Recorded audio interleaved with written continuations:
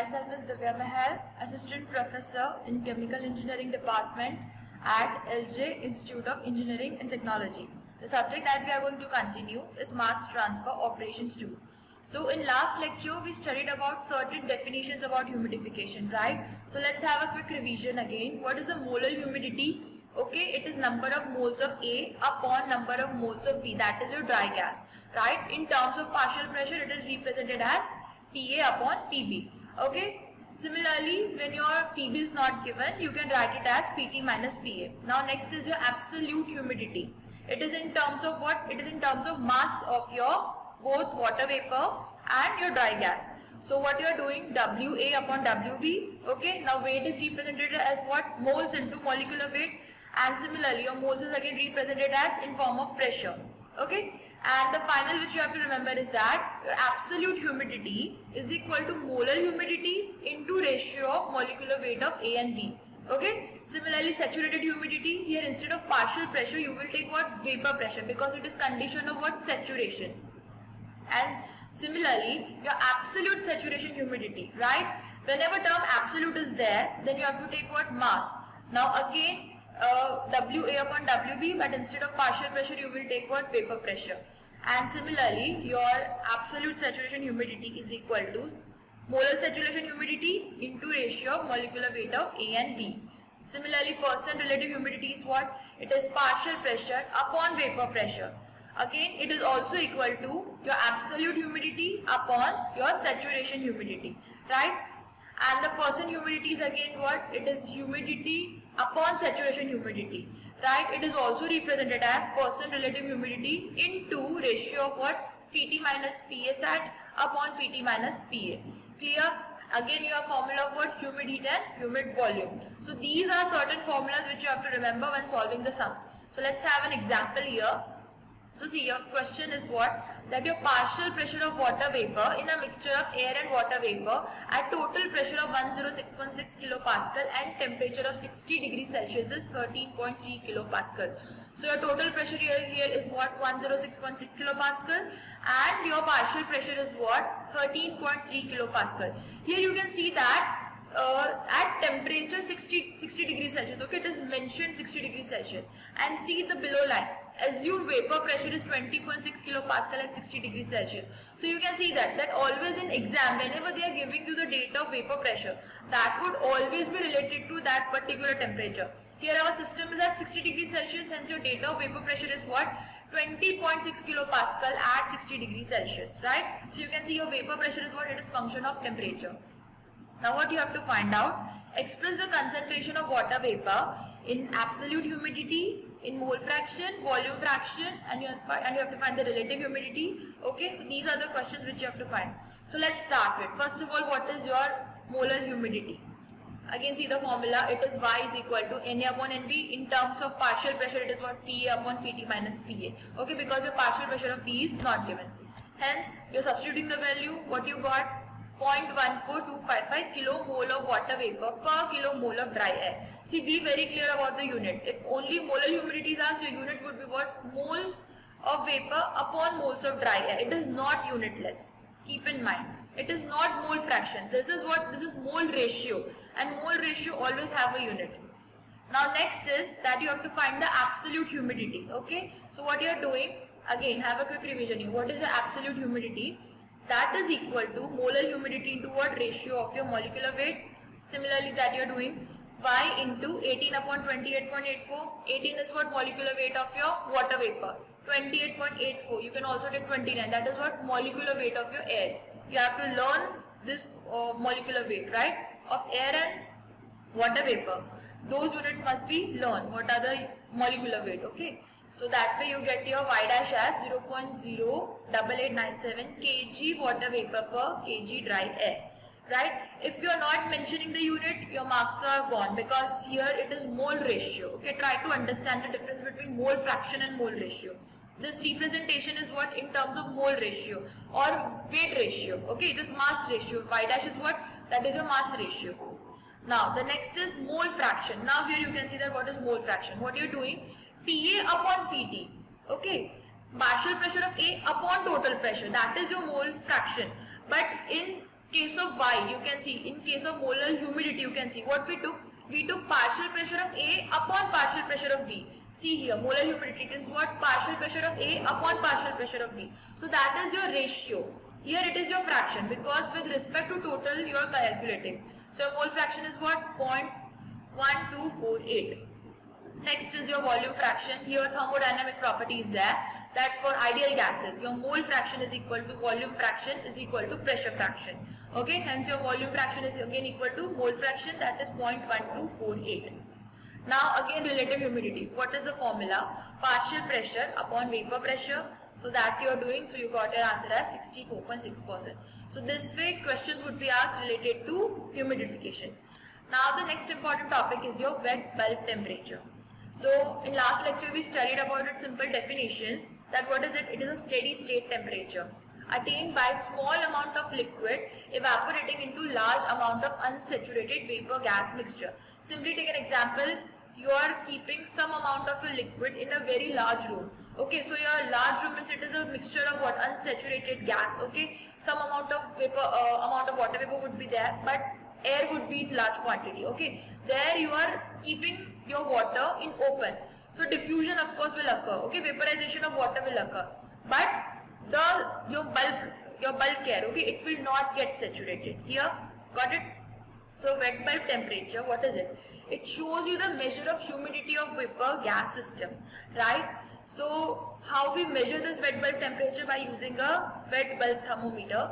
It is what you are doing, your thermometer is same which you are taking, but here you are covering it with a cloth. Okay, a wet wick is there. It means you are covering it with your cloth which is always kept wet. Okay, here you can see that your thermometer, dry bulb is there. Okay, and in next figure you can see that wet bulb. Okay, means you are covering that bulb portion which measures the temperature. Okay, it is covered with cloth and your cloth is always kept wet, right? So that way you are creating a wet bulb thermometer. Okay, here important point is that your air do not get saturated because amount of liquid is less. Of course bulk of air is there, but your amount of liquid is what? Very less. So of course that liquid will not saturate your air. Okay, now other important thing is your bulk of air will not become saturated, but the air film surrounding the wet bulb, it will become saturated. Okay, so suppose this is your wet bulb, so a thin film would be formed surrounding it. Okay, so that thin film would be saturated. Okay, so let's understand it here. First of all, again have a quick revision. What is the definition of saturation? That your partial pressure is equal to the vapor pressure of liquid, right? Your partial pressure of water vapor, that is equal to vapor pressure of your liquid. Here you can see that your wet wick is there. Dotted line, it shows your thin film which is surrounding that wick. Okay, besides that thin film, okay, your bulk of air is there, that is unsaturated. Okay, unsaturated mixture of water vapor and dry air, it is passing through that wet wick. Okay, unsaturated part would be what? Your bulk portion. Okay, but the thin film which is surrounding it, it will be saturated. Okay, because it is in direct contact with your wet film. Okay, hence the amount of water vapor would be most in that wet film. Wet film means it is saturated. What does that mean? That your partial pressure of your vapor, that is equal to the vapor pressure of your liquid. Okay, but after that thin film, okay, your bulk of unsaturated air is there, but it is not saturated. It means the partial pressure is what? It is less than the vapor pressure. So that is clear. So your thin film, it would be saturated, but your bulk would not be. Clear? So the temperature of liquid is more than the dew point of vapor. That is to be remembered here. Of course, the liquid which is surrounding the wet wick, okay, okay, that would be liquid state, but its temperature would be more than the dew point of vapor, because in dew point what is there? All of your liquid is converted into a vapor form. Okay, this will result into vaporization of liquid and diffusion of vapor into the air system. So here you can see that heat transfer and mass transfer both will occur. Okay, let's see how. So two processes occur simultaneously. First of all is transfer of sensible heat from air to thermometer. See the air which is passing, of course it would be having high temperature. Okay, dry bulb temperature would be more here. Okay, so first of all what will happen? Transfer of sensible heat. What is sensible heat? Heat required to raise the temperature. here we are not talking about phase transformation, okay, only temperature is raised here. So sensible heat transfer will occur from what? From air to the thermometer, right? Second is evaporation of water from bulb to the bulk of air, okay. Latent heat of vaporization is taken here. Here you can see that in your thin film, okay, that is saturated, but your bulk is not unsaturated. So here what will happen? Diffusion will occur, okay. That is what mass transfer, and that diffusion is what? Because of the latent heat of vaporization is provided, right? It is kind of evaporation is happening. So here equilibrium is achieved. When is the equilibrium achieved? When your sensible heat transfer is equal to latent heat of vaporization, okay. When sensible heat transfer means you are increasing the temperature of your liquid.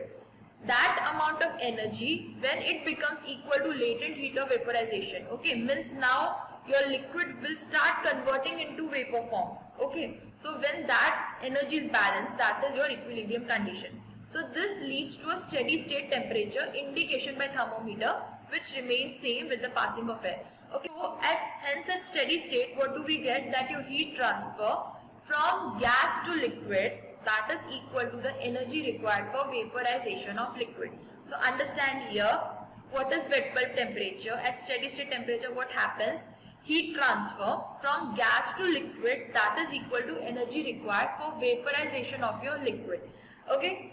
So here are certain terms which you have to remember. T is what your dry bulb temperature, Y dash is what your absolute humidity of unsaturated gas, TW is your wet bulb temperature, Na is what your molar flux of liquid diffusing, okay. Molar flux is there. It means its unit is what? Kilomole per meter square into second. Flux means with respect to area I am talking. Ma is what your molecular weight of liquid, okay. Here water, suppose A is my water diffusing into B, dry air.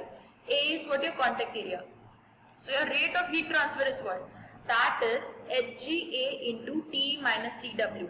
Now energy required for vaporization is what? That is Na into Ma into A into lambda W, okay. Where your Na into Ma into A, what is that? That is your mass flow rate, okay, kg per second. So you can multiply it and see the unit here. Na into Ma into A, you are converting into what? Mass flow rate.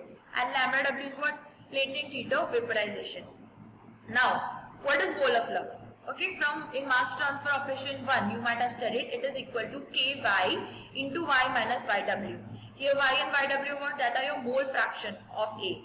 Y is what? Mole fraction of A in unsaturated gas, and Yw is what? Mole fraction of A at wet bulb temperature. So, as the mixture is dilute, hence mole fraction is equal to mole ratio, right? Because your amount of liquid is what? But it is very less. Hence, you can take that your mole fraction is equal to mole ratio. Now, hence what you get, your Na is equal to Ky into Y minus Yw, okay. See here it is in the form of mole ratio, but I have to convert it into what? Mass ratio. So what is Y dash is equal to Y into Ma upon Mb? We know the relation. Substituting it, hence you get your Na is equal to what? Ky into Mb upon Ma whole into Y dash minus Y dash W, okay. Now substituting this value of Na in your equation of energy for vaporization, okay. So you get your final equation, that is energy required for vaporization, right? Now, what is your equilibrium condition? This is your equilibrium condition this is your steady state condition, okay, it's steady state. Heat transfer is equal to energy required for vaporization of liquid. Thus, we get this final representation, okay. This is what representation of your wet bulb temperature. T minus Tw is equal to Ky lambda W Mb upon Hg whole into Y dash W minus Y dash. So this is what your representation of your wet bulb temperature. Now, of course, relate this in respect to what?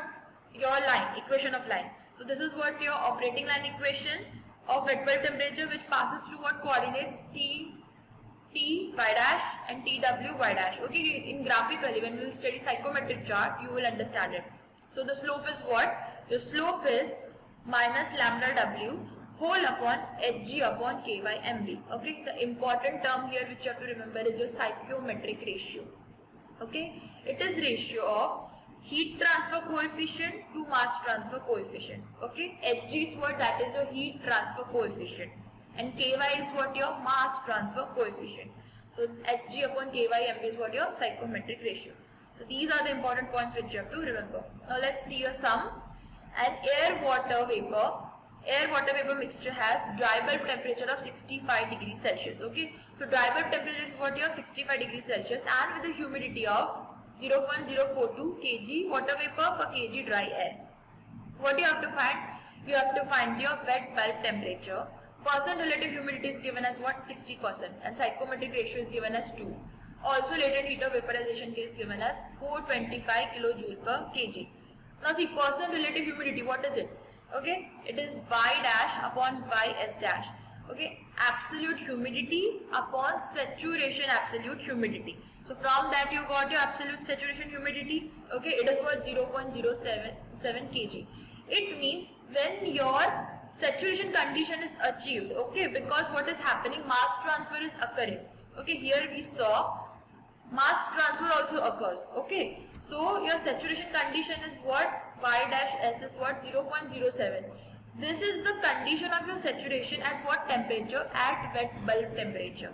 Okay, now stoichiometric ratio is given, that is what? Hg upon Ky into Mb. Okay, that is equal to 2. Now just substitute the values. So you know what is lambda W is given as 425 kilojoule per kg upon psychrometric ratio. Okay, into you have the amount of value of humidity also. Okay, so substituting it, you get your wet bulb temperature as 59.05 degrees Celsius. So this way you can find the wet bulb temperature. So here you saw that your wet bulb temperature, it is less than dry bulb temperature. Okay, so what is the relation here? That your wet bulb temperature, it is always less than your dry bulb temperature. Clear? So this was about your theory of your wet bulb temperature. In next lecture we will study about adiabatic saturation temperature. So in GIST, what you have to remember, that it is a steady state temperature, okay, at which your heat transfer, okay, from gas to liquid, that becomes equal to energy required for vaporization. Okay, that energy which is required for vaporization, that is supplied by what? By liquid only. Hence the temperature decreases. Okay, in next lecture we will study in deep about it. So what you have to remember, that it is a steady state temperature at which your heat transfer is equal to what? Energy required for vaporization. So that was for today's lecture. Thank you.